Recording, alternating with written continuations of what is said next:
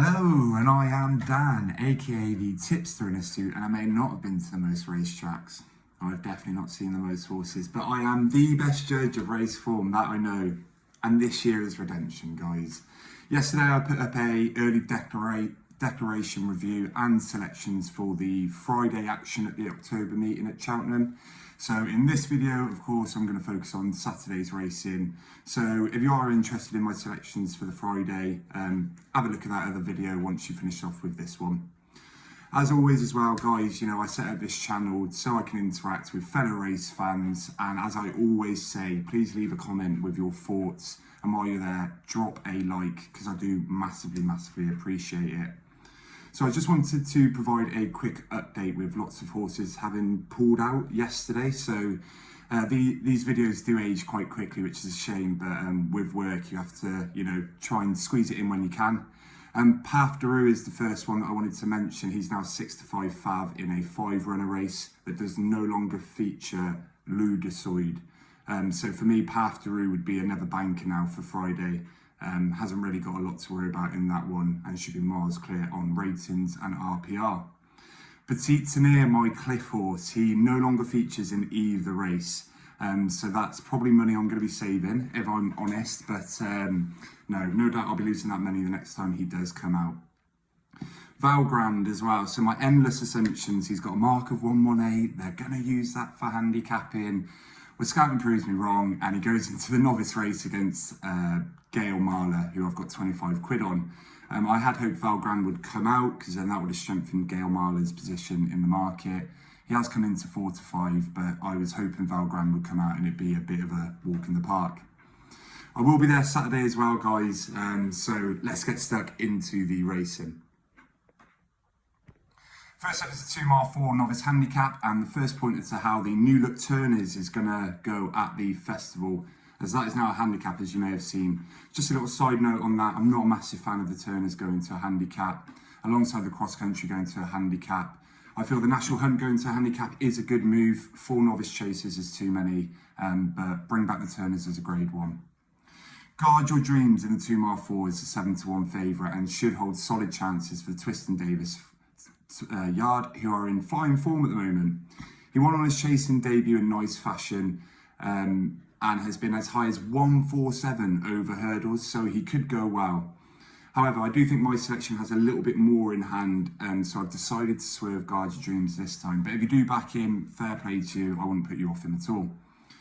Bow to Greatness did well in a hot handicap at Kempton, but he didn't really follow that up in the spring festivals. And he's one who will likely want a longer trip, so I imagine we'll talk about him a little bit later on. The same could apply to We've All Been Caught, who was a massive eye-catcher on debut for the new Christian Williams yard.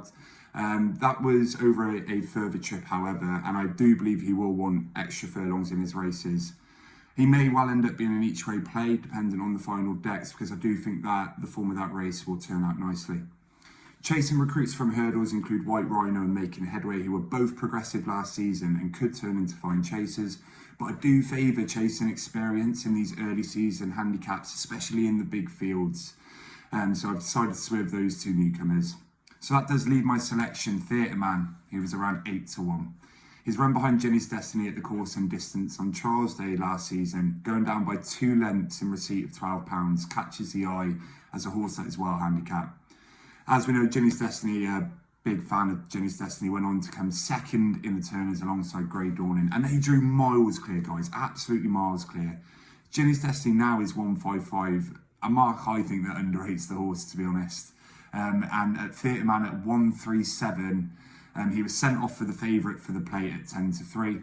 He did fall in that race, which was a shame, but I suspect he has at least half a stone in hand based on that run at Trials Day. And that's enough of a cushion for me to stake £15 each way at any price above 6-1. The next race up is the 3 mile novice race. Attempts Approach is an early favourite, and off the back of some nice handicap wins over the summer and that second in the Persian Wall. On ratings and RPR, it should be the selection, but I'm just not convinced how much more ability there is to come from that horse, even stepping up in trip.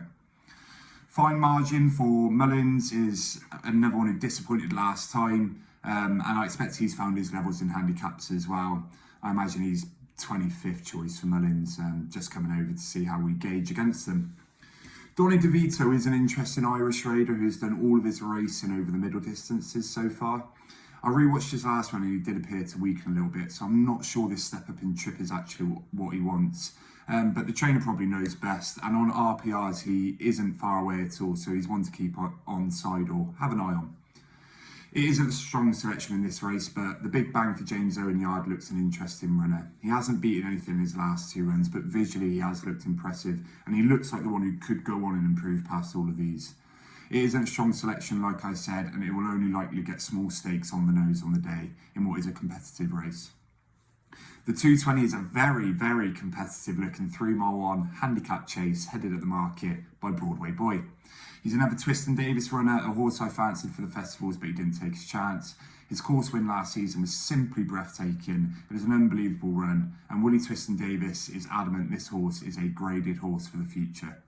He will need to be a graded horse for the future off his mark of 149, and I think he has the potential to do it, but he's not one I'm going to be backing at favourite. So watch him go and win by 10 lengths.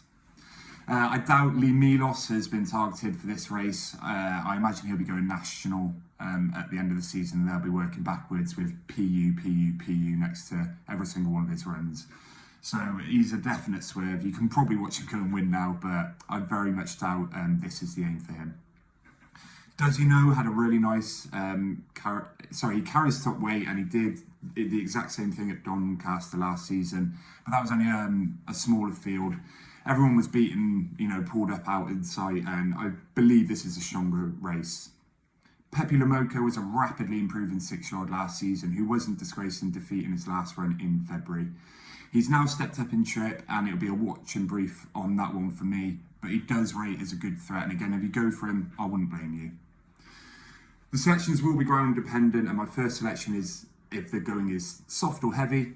It is Melina Girl, and that's a horse who won at the track over a slightly further distance and absolutely slammed the field by 10 lengths or more, including multiple future winners. She's run some really good runs in defeat since, and should go well if the ground is on the softer side. Alternatively, if the ground comes up good, Some Scope would have to have a great shout. He was 4th when last seen, a race at the track over a bit further, and at the end of the long season for the horse. His second behind Does He Know was good enough form, but it was a weird one where, like I said, everyone else just was outpaced and ended up being pulled up.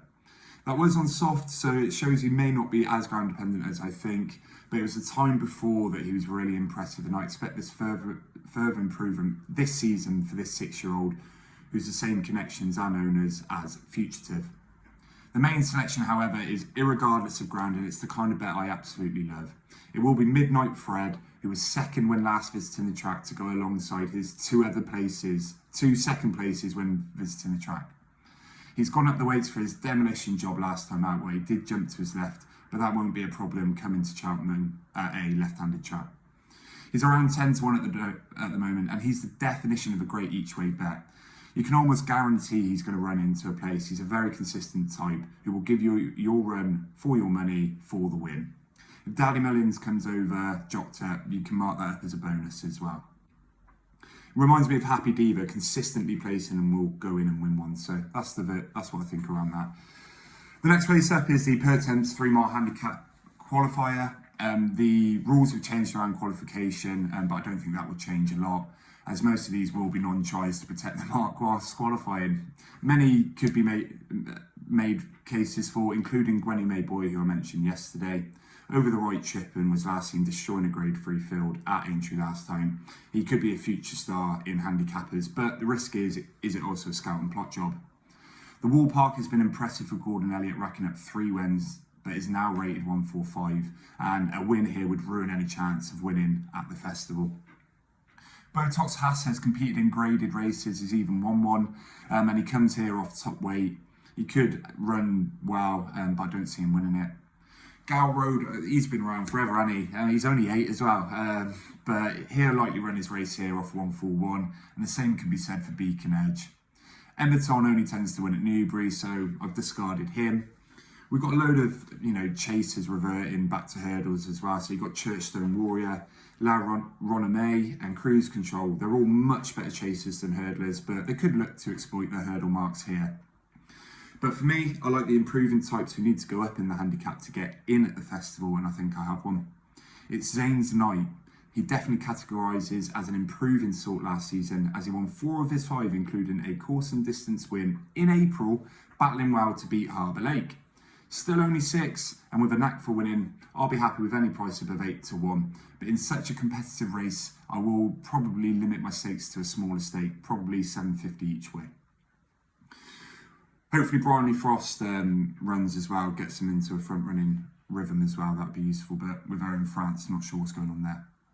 Following that race is the Mattison's Hurdle. It's a 2-mile hurdle race for juveniles of last season.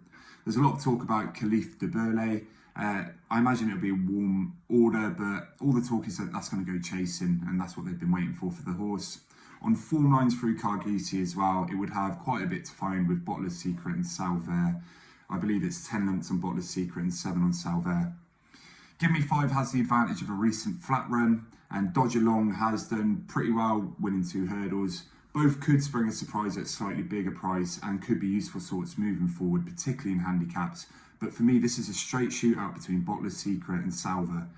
Salver's unbeaten record did come to an end at Cheltenham last time, but by no means that was not a disgrace. He finished 3rd, was the best British finisher in the Triumph, and posted an RPR of 140, just 3 shy of Bottler's Secret's best. Bottler's Secret, on the other hand, was last seen splitting Cargisi and the now 150 rated Nürburgring. That form is top draw for a juvenile. I actually had him for the Triumph, but he didn't turn up, which was a massive shame because I had 25 to 1. So I'm struggling to split those two, to be honest, guys. And I feel comfortable that they're going to be miles clear of the rest. So I think the play is a reverse forecast on the 2. I haven't staked anything yet, but I will let you know in the comments below. The 405 is a stay and chase for novices, and it's a conditions race. Again, previous experience will be key in the early season affair, and with a fair few of these yet to see a fence in public, it's 2 with previous experience that I'll be siding with. Coco Madame Mozali came 2nd in the aforementioned race at Worcester with We've All Been Caught. The winner, Hometown Boy, he's been improving each time he's run since his long absence. And the 4th place Jetta Seek won the Durham National on its next start. I think that race is actually going to turn out to be a really good bit of form despite the smaller field. And Coco Mademoiselle battled hard in defeat that day. I'm surprised that it won't go into a handicap as it's been left unchanged off 1-2-2. And so it'll have to meet these horses on worse conditions than if it was a handicap. But I still think it's one to keep on side because I like the way that race has turned out and how it battled. The other selection is the Henderson-trained Highland. He won at the track over hurdles last season and made a successful chasing debut. He was then 4th over an inadequate trip and on his 8th run of the long season. He's been put away for the rest of the summer, freshened up, and he's waited to win with the conditions of the race. I suspect he will be favourite, but it is a favourite I'm actually going to be siding with for once. And I think he'll be around 4 to 1, and I'll have a go on that. Bow to Greatness we mentioned earlier. Obviously this is a further trip as well. The conditions means he will have to find something with Highland, but he does have the potential to do it. The last race is a bumper, and I'm not going to mess around with you. I'm not going to kid you that I know about all the breeding and the back, all of that. I don't.